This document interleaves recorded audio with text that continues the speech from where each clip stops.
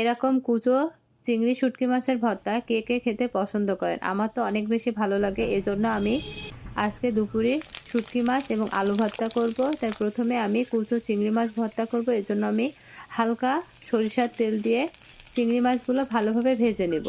ভাজা যখন আমার হয়ে যাবে তখন এই যে এখানে ধনিয়া পাতা, রসুন, শুকনো ঝাল, পেঁয়াজ এক এক করে আমি তেলে ভেজে নেব। আপনারা ইচ্ছা করলে নাও ভেজে ভর্তাটা করতে পারেন।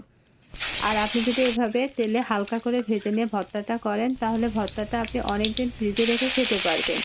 আর যদি আপনি কাঁচা পেঁয়াজ, রসুন, ধনিয়া পাতা দিয়ে ভর্তাটা করেন তাহলে ১ থেকে ২ দিনের বেশি আপনি ফ্রিজে রেখে খেতে পারবেন না। আর অবশ্যই ভর্তাটা আপনি শিলের পাটায় বেটে ভর্তাটা করবেন। আর ভর্তাটা কিন্তু শিলের পাটায় করলে খেতে বেশি ভালো লাগে।